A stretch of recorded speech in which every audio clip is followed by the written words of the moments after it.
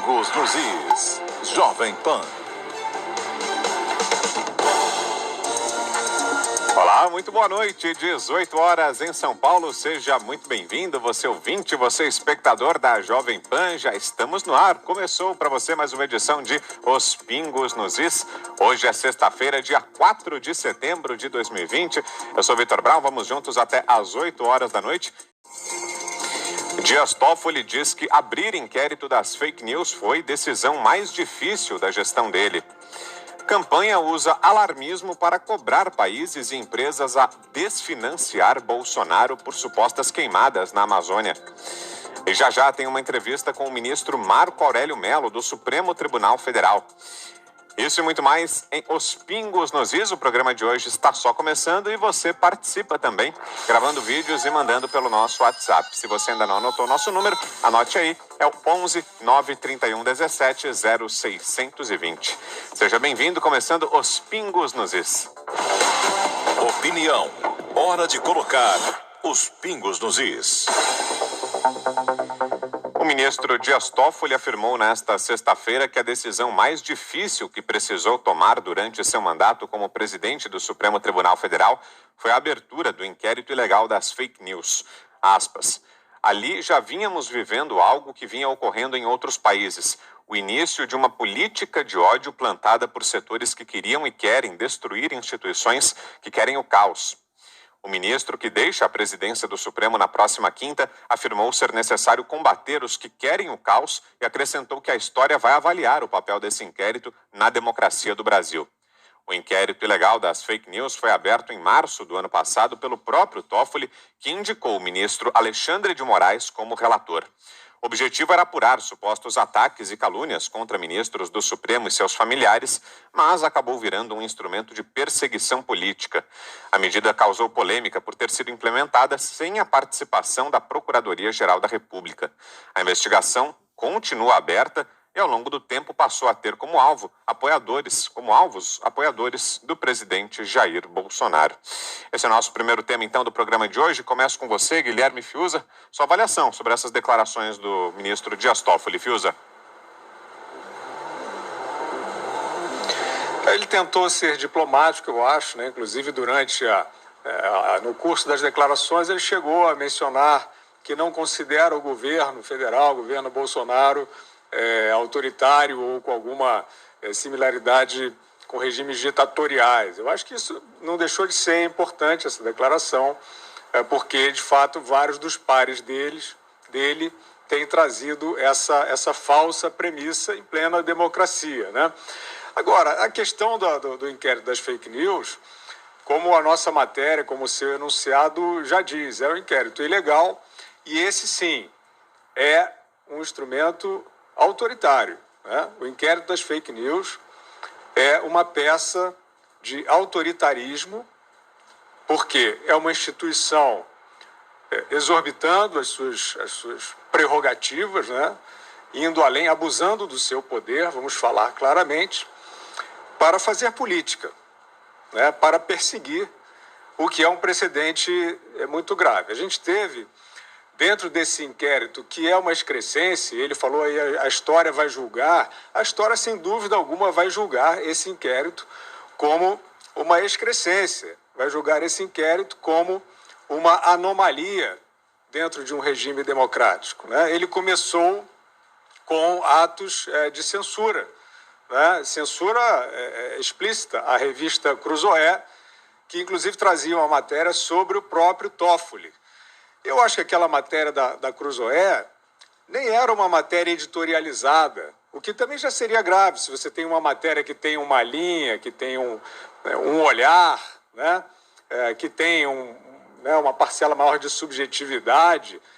Também, se não estiver caluniando, difamando, está dentro do direito. Mas aquela matéria, ela trazia objetivamente levantamentos da Operação Lava Jato sobre como o próprio Toffoli aparecia nas planilhas da Odebrecht. E a matéria destacava aquele apelido do amigo do meu pai, né, que era o Toffoli, referindo-se ao Lula, que era o amigo do Emílio Odebrecht, que era o pai do Marcelo Odebrecht. Então, o Toffoli teve ali a tentação de usar a toga, usar o seu poder em benefício pessoal, como vingança, e ali já começou muito mal. Só que piorou muito depois, porque aí o inquérito passou a ser dirigido pelo Alexandre de Moraes, que é, digamos, o novato do Supremo, um personagem arrogante, um personagem afoito nas suas medidas, um personagem que tem sido questionado aí em boa parte do meio jurídico pela forma como tem exercido o seu poder, seu grande poder no Supremo Tribunal Federal. E aí esses atos de censura, supostamente perseguindo o autoritarismo, olha a troca de sinais, né? É exatamente uma troca de sinais, né? É você fingir perseguir o autoritarismo para poder chancelar o seu próprio autoritarismo. Então, dessa maneira, o Alexandre de Moraes ele chegou a prender, mandar prender um jornalista, né, que boa parte da imprensa, de forma lamentavelmente complacente, ficou tratando como um blogueiro bolsonarista, né, para estigmatizar e para, eu acho, encobrir esse autoritarismo. Até hoje não está dado, né, não está colocado o motivo, né, a fundamentação para a prisão do jornalista Oswaldo Eustáquio. Não importa o que o Oswaldo Eustáquio venha a fazer, né, se ele vai ser ok ou não no exercício da profissão dele daqui para frente. O que importa é que no momento em que ele foi preso, não havia, até onde se saiba, ninguém, essa demonstração não chegou a ninguém, nem aos advogados dele, o delito que justificaria uma prisão de um jornalista, o que é muito grave, muito sério. Isso sim, um ato autoritário antidemocrático. E, para completar, o Alexandre de Moraes resolveu começar a escolher quem é que fala e quem é que cala a boca no país. E fez também de decisão inédita dentro desse inquérito, que o Toffoli diz que foi uma decisão difícil. Foi difícil porque foi uma decisão aberrativa. Aí realmente é muito difícil, né? Ele passou, então, a fazer, a obrigar plataformas de rede social que têm alcance internacional a banir vozes, né? Ele escolheu 16 perfis e mandou o Facebook e o Twitter calar, né? Inclusive mandando que essa decisão se estendesse para além das fronteiras do país. Eu acho isso, juridicamente, e não só eu, né? Como muita gente, e especialistas e mais conhecedores do que eu da lei e do direito, né? Um escândalo. E foi uma decisão inócua, inclusive. Todas essas foram inócuas, felizmente, porque a democracia vigorosa, ela ultrapassa isso. Então foram criadas outras contas, né, pelas mesmas pessoas, mas ficou patente ali, né, esse sentido autoritário de exercício do poder, que vai marcar essa gestão do Dias Toffoli, né, e que fique como uma marca de que dentro da democracia o abuso de poder ele só vai conseguir virar o jogo, virar a mesa, né, transformar em ditadura, se ele tiver a complacência de toda a sociedade, que foi o que não aconteceu. Os supostos propagadores de ódio, em sua maioria, nós sabemos que são as pessoas que falam livremente nas redes sociais, que repudiaram esse ato autoritário. Uma campanha chamada Defund Bolsonaro, algo como cortar o financiamento a Bolsonaro em inglês, lançada nesta semana, está usando mentiras e alarmismo para fazer empresas, investidores, consumidores e líderes globais se distanciarem do presidente do Brasil como uma suposta forma de evitar a destruição da Amazônia. A principal peça da campanha é um vídeo divulgado pela APIB, Associação dos Povos Indígenas do Brasil, em parceria com outras entidades de suposta defesa do meio ambiente. Na peça, lugares em diversas partes do mundo aparecem pegando fogo e repletos de fumaça. Vamos ver um trecho. Every breath you take, and business as usual will suffocate us all. It is up to your generation to hold the arsonists accountable. Because when the Amazon burns, everything you hold dear burns with it. Ask yourself, ask the brands, ask your government. Which side are you on? A campanha faz ali alguns questionamentos, né, dizendo que quando o mundo todo queima, as marcas é que têm responsabilidade, governos também, enfim, leva as pessoas a questionarem marcas, governos se têm responsabilidade sobre o que está acontecendo na Amazônia. A peça toda tem cerca de 1 minuto. O vídeo diz que os incêndios não são naturais, mas sim sintomas de uma infecção ecológica criada por corporações parasitas e ganância globalizada e fomentada por Bolsonaro. Bolsonaro permite isso enquanto o seu banco, o seu governo, as marcas que você compra e as empresas de comida que te alimentam dão apoio a ele, diz o texto em certo ponto. O ministro do GSI, general Augusto Heleno, chegou a se manifestar sobre o assunto. Brasileiros com apoio de ONGs e capital estrangeiros estão se mobilizando na Europa em campanha contra o governo Bolsonaro. Usam dados e argumentos mentirosos sobre a Amazônia e o Brasil. Ato impatriótico que prejudica o agronegócio, acordos comerciais e a imagem do país. Esse foi então o tweet do general Augusto Heleno. Guilherme Fiuza. Olha, em primeiro lugar, vamos esclarecer que isso não é uma campanha contra o Bolsonaro, né? Os brasileiros aí que estejam assistindo, ou os outros povos que gostem dos brasileiros, isso não é uma campanha contra o Bolsonaro. O Bolsonaro não perde um tostão com isso, pessoalmente, né? Isso é uma campanha contra o país. Essa campanha é contra os brasileiros, contra a economia brasileira. E eu quero dizer o seguinte: eu acho legítimas as campanhas informativas que procuram apontar desvios de conduta, de gestores, chamar a atenção. No entanto, infelizmente, a gente está hoje numa febre obscurantista de perseguição, de campanhas de linchamento. Essa é uma campanha de linchamento baseada em falsidades. Eu acho que eu sempre afirmo isso, liberdade de expressão, direito de você opinar, né? Se o seu erro, você vai pagar por ele, né? Ou na justiça, ou na sua reputação. Agora, essa campanha, eu acho que ela tem que ser objeto de uma ação judicial, porque ela traz uma falsa premissa, facilmente demonstrável, né? De que a região amazônica, né, aquele bioma, está em risco por conta da ação de um governo. Isso é mentira, né? O governo Bolsonaro tem algumas diretrizes, alguns princípios que talvez sejam diferentes de gestões anteriores, e ele está trazendo essas ideias, essas propostas como sugestão ao parlamento, por exemplo, né? Questão ele falou na live ontem, inclusive, que ele faz todas as quintas-feiras, né? Quantidade de parques e de áreas protegidas. Existe uma parte muito grande do território brasileiro já coberta por parques, por reservas, e ele considera que isso não deve se expandir porque, na opinião dele, afeta outras atividades de produção, né? Sem prejuízo do grande arcabouço legal que existe defendendo a Amazônia. Então, o governo Bolsonaro, para realmente ser, como essa peça diz, falsamente, um governo que comete um atentado ambiental contra a Amazônia, e que isso pode ser verificável agora, ele teria que ter colocado todas as forças à sua disposição para atropelar a lei e ir para lá destruir, senão ele nem conseguia. Então, é uma premissa falsa, ela está sendo usada contra o país, ela se parece muito com o que aconteceu exatamente 1 ano atrás, e eu comentei aqui, talvez 1 mês atrás, estação de queimada, vão chegar os oportunistas.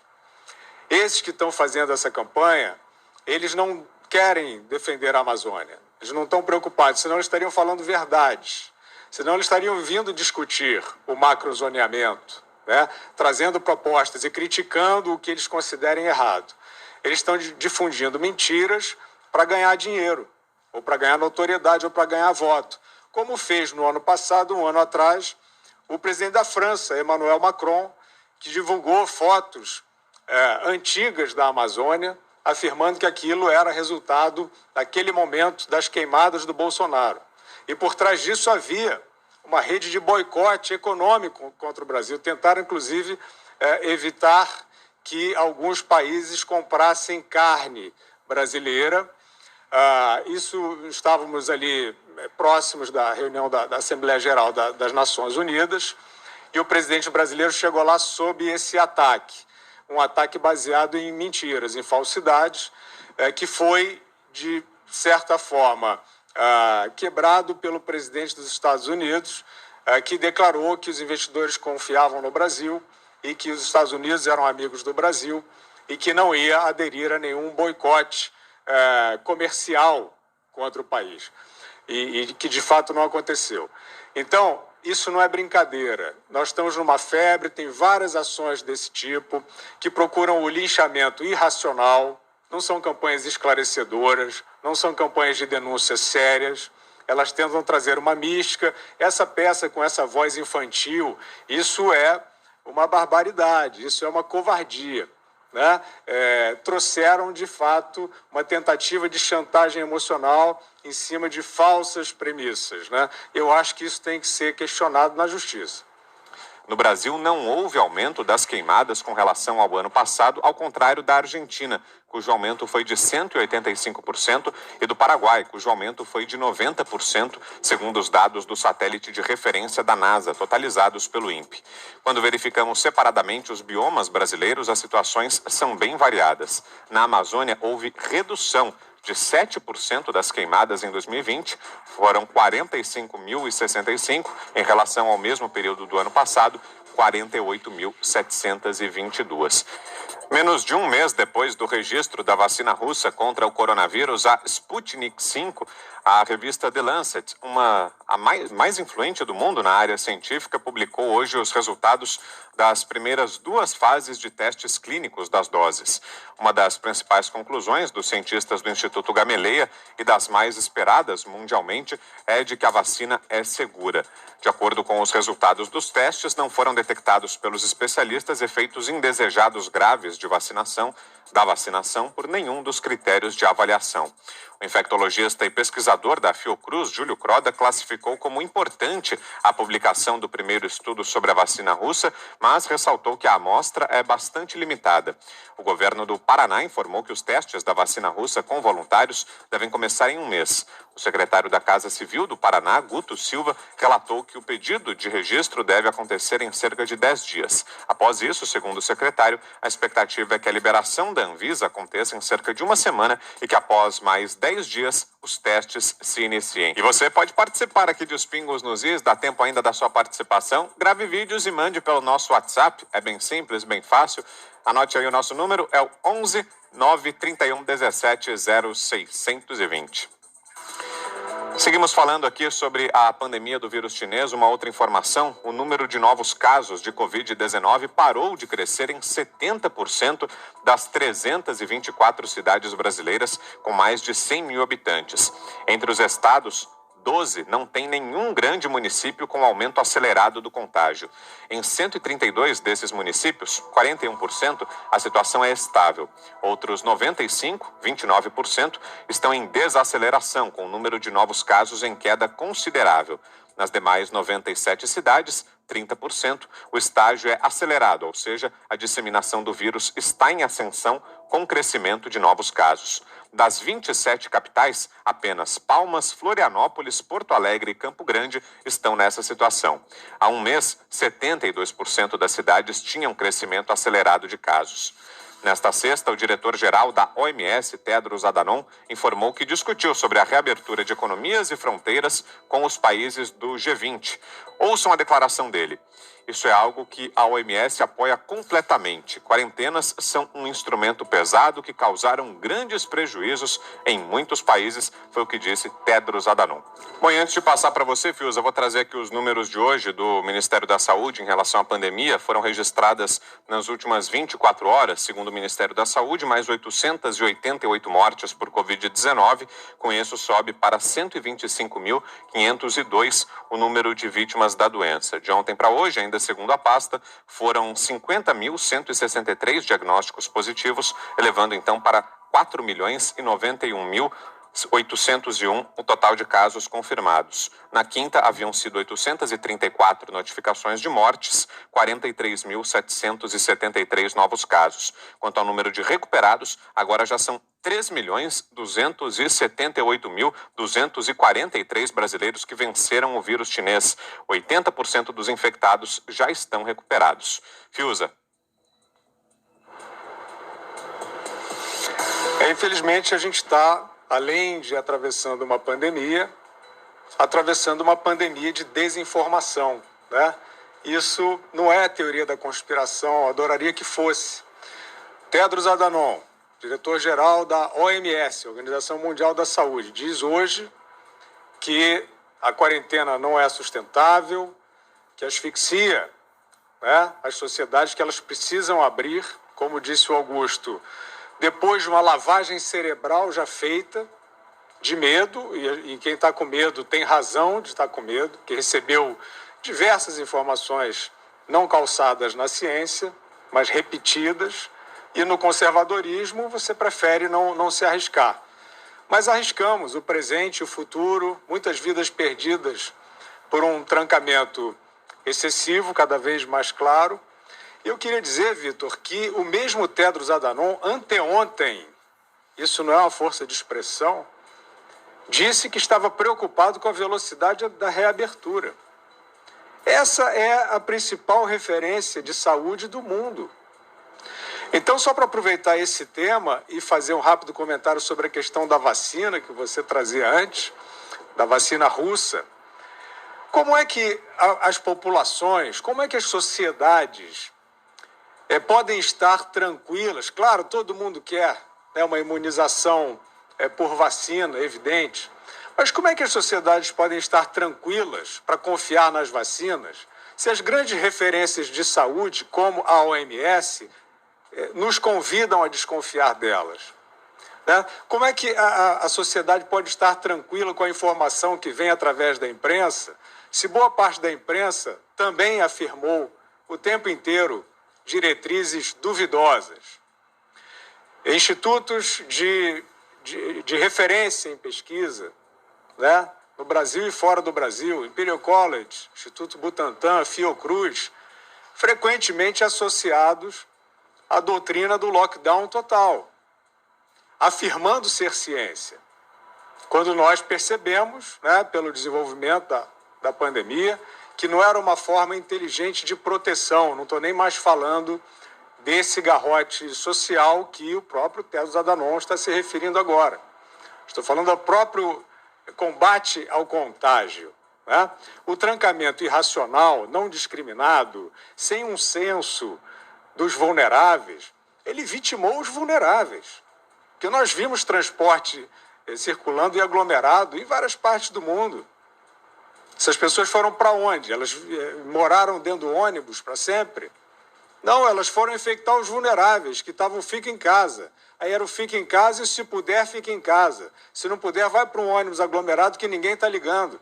E volta para casa e contamina o vulnerável. Não houve ciência, não houve critério. Essas instituições de pesquisa que são, sim, referências, as brasileiras, pelo menos a gente pode dizer, são referências e continuarão sendo pelo seu acervo, pelo seu quadro técnico e científico, mas infelizmente nesse momento elas fraquejaram.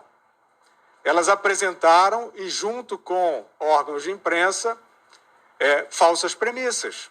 Com que objetivos eu não sei, né? Existe às vezes um sadomasoquismo, né, em torno das pandemias, eu acho, e nesse caso isso se exacerbou. E as medidas de reação a essa pandemia, não só no Brasil como no mundo todo, foram irracionais, né? Virou uma experiência mística. Agora você tem a chegada das vacinas. Vacina russa, vacina chinesa, vacina de Oxford. Como é que vocês querem que a população confie? Vai confiar em quem? No Tedros Adhanom? Alguém da Fiocruz ou do Instituto Butantan, que esteve aí divulgando boletins de vidas salvas por conta de lockdown, que não são cientificamente demonstráveis? Quem é que está cuidando das nossas vidas? né, dentro das referências científicas, a gente não sabe quem. A gente vai confiar em quem? E aí aparece aquele já advogando já a obrigatoriedade da vacina dentro de um cenário muito nebuloso, de muitas incertezas. Então não somos nós que estamos apenas tentando perguntar, tentando esclarecer, que vamos responder. Mas o que a gente sabe é que as sociedades estão hoje absolutamente inseguras quanto a qualquer decisão, quanto a qualquer recomendação vinda no combate à epidemia do coronavírus. Criador da força-tarefa da Greenfield, o procurador Anselmo Lopes pediu para deixar as investigações hoje em mais uma baixa nas operações de combate à corrupção do Ministério Público Federal nesta semana. Na terça-feira, o procurador Deltan Dallagnol anunciou sua saída do comando da força-tarefa da Lava Jato em Curitiba. No dia seguinte, houve uma renúncia coletiva dos procuradores que atuavam na operação em São Paulo. Em carta aberta à sociedade e aos demais colegas, Anselmo afirmou que sua decisão foi motivada pela insatisfação em relação à falta de apoio da Procuradoria-Geral da República e de uma estrutura adequada de trabalho. Em 40 segundos, quero ouvi-lo, Fiuza. A gente vai ter que verificar. Eu não conheço esses bastidores, né, do Ministério Público. O que eu conheço são algumas declarações do Procurador-Geral, que não são boas, né, em relação ao funcionamento da Operação Lava Jato. Não são boas, eu estou sendo bonzinho, né? Ele quase que declarou guerra, né, de uma maneira que ele jamais retirou. Então a gente vai ter que acompanhar, né, é preciso, né, ouvir os procuradores que estão saindo, por exemplo. É preciso entender um pouco melhor o procurador Deltan Dallagnol. Ele foi muito enfático ao dizer que o desligamento dele não tinha nada a ver com o mau funcionamento da operação. Ele pode ter sido diplomático, né? O procurador Alessandro Oliveira, que é o novo chefe da Lava Jato, também foi bastante enfático no sentido de que a forma, o método como a operação prosseguiu, continuará, né? Então, é isso que nós sabemos. Vamos entender se essas defecções têm a ver com uma tentativa da Procuradoria-Geral de retrocesso no Lava Jato. Antes do nosso próximo assunto, eu lembro que você que está aqui nos assistindo pode deixar o seu like. Se estiver gostando do programa, aperte aí o botão do joinha, o botão do gostei, tá bom? Uma pesquisa Exame Ideia aponta que se as eleições fossem hoje, Bolsonaro estaria reeleito. Em um cenário de disputa de primeiro turno entre Bolsonaro, o ex-presidiário Lula, o ex-ministro da Justiça Sérgio Moro e outros candidatos, o presidente levaria a maioria dos votos com 31%, seguido por Lula com 17%. Já em um segundo turno, Bolsonaro ganharia de Lula com 42% dos votos, ante 31% do oponente petista. Nesta primeira pesquisa, Exame Ideia, Moro aparece em terceiro lugar com 13% das intenções de voto, seguido pelo ex-ministro Ciro Gomes com 6% e o apresentador Luciano Huck com 5%. Estão empatados com 3% das intenções de voto o governador de São Paulo, João Dória, e João Amoedo. A ex-ministra Marina Silva recebeu 2% das indicações, seguida do governador comunista do Maranhão, Flávio Dino, com 1%. Já o número de eleitores que votariam em branco ou nulo soma 14% das intenções. O levantamento foi realizado com 1.235 pessoas por telefone em todas as regiões do país entre os dias 24 e 31 de agosto. A margem de erro é de 3 pontos percentuais para mais ou para menos. Você, Fiuza? Se as eleições fossem hoje, só que as eleições não são hoje, nem amanhã, nem depois de amanhã. As eleições não são nem no ano que vem, são daqui a 2 anos. Por que essa pesquisa? Eu não entendo, eu acho que isso é a praga brasileira. As eleições não são hoje. Para que serve essa pesquisa aí? Serve para o Lula aparecer como presidenciável? Isso é uma ajudinha de reputação no Lula, com certeza. Você pode dizer, é só uma pesquisa, as pesquisas erram, ainda tem isso, né? As pesquisas erram, né? Na porta da eleição ela erra. Então, mais de 2 anos antes ela vai acertar o quê? Para que serve isso?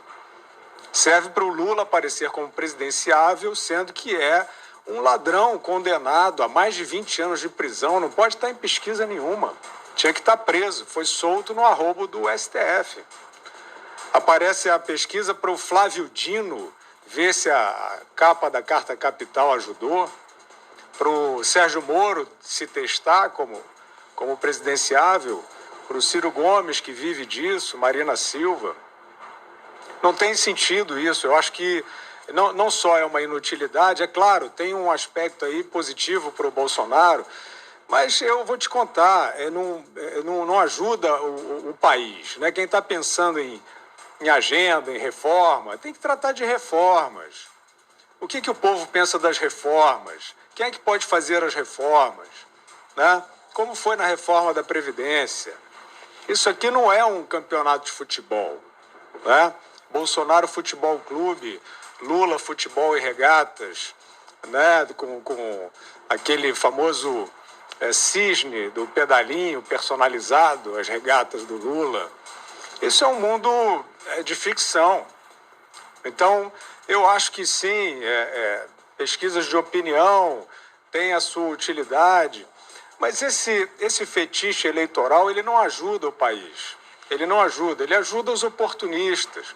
Vários desses que estão aparecendo aí na pesquisa como presidenciáveis, eles vivem disso.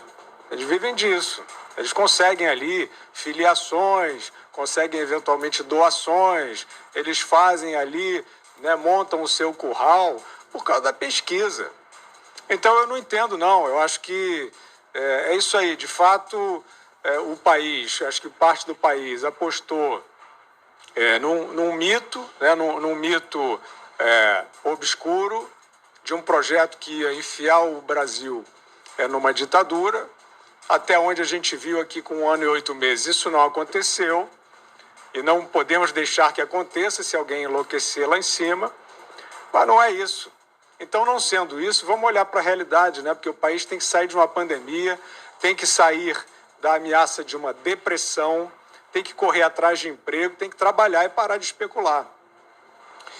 Antes de a gente fechar, dá tempo aqui de uma última informação, é o seguinte: a mesa diretora da Câmara dos Deputados iniciou nesta semana o processo que pode levar à cassação da deputada federal Flor de Lis, apontada pela Polícia Civil do Rio como a mandante do assassinato do marido, o pastor Anderson do Carmo. Ao mesmo tempo, os deputados decidiram apresentar um projeto de resolução para reativar o Conselho de Ética e Decoro Parlamentar, onde a abertura da ação contra Flor de Lis será analisada e outras 3 comissões: Constituição e Justiça, Finanças e Tributação e Fiscalização Financeira e Controle. Só depois da votação é que os colegiados serão retomados. Enquanto isso, a PEC do fim do foro privilegiado dorme tranquila nas gavetas de Rodrigo Maia há exatos 633 dias. A proposta foi aprovada pela Comissão Especial da Câmara em 11 de dezembro de 2018. Desde então, e estamos em 4 de setembro de 2020, aguarda ser pautada no plenário pelo presidente da Câmara. No final da última semana, um grupo de 26 senadores entregou um ofício a Maia, no qual cobram a votação da proposta. O pedido foi motivado pelo caso da deputada Flor de Lis, investigada como mandante do assassinato do próprio marido.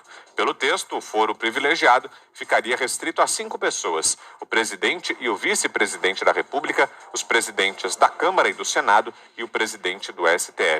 O privilégio ficaria extinto para outras mais de 50 mil autoridades, como deputados, senadores, juízes, procuradores e governadores. Temos pouco tempo, já caminhando aqui para o final. Em 1 minutinho cada um, queria ouvi-los a respeito disso. Para fecharmos, Fiuza, em 1 minutinho também. A gente lembra que o Zé e o Augusto já falaram sobre a questão da Flor de Lis e do foro. Isso tem que ser discutido direito, não pode sair correndo discutindo no calor dos acontecimentos. Então vamos lembrar que realmente tem aí uma fila de coisas urgentes, de matérias urgentes para ser votadas na Câmara dos Deputados, inclusive a questão da prisão após condenação em segunda instância. Não está falando de Lula candidato, tem que votar isso. E o Rodrigo Maia, né, que comentava aqui outro dia, que tem tido uma conduta, tem ensaiado uma conduta positiva de espírito público, de união em torno das reformas e da responsabilidade fiscal, como mencionou Augusto agora, hoje estava lá, porque quando ele vai para a Globo News, ele acha que ele tem que falar mal do Paulo Guedes. Então ele faz um ensaio positivo de responsabilidade política pública e vai lá para a Globo News e vai dizer que Paulo Guedes boicota os encontros com ele. E aí ele vira um pirracento de novo, né? Então, Rodrigo Maia, bota a matéria da condenação, da prisão após condenação em segunda instância para votar. Reúnam-se, deputados, para trabalhar, né? Botem máscara, como vocês queiram, e toquem o país adiante, né? Parem de se esconder atrás da suposta empatia. Agora 7h43. A gente fecha o programa de hoje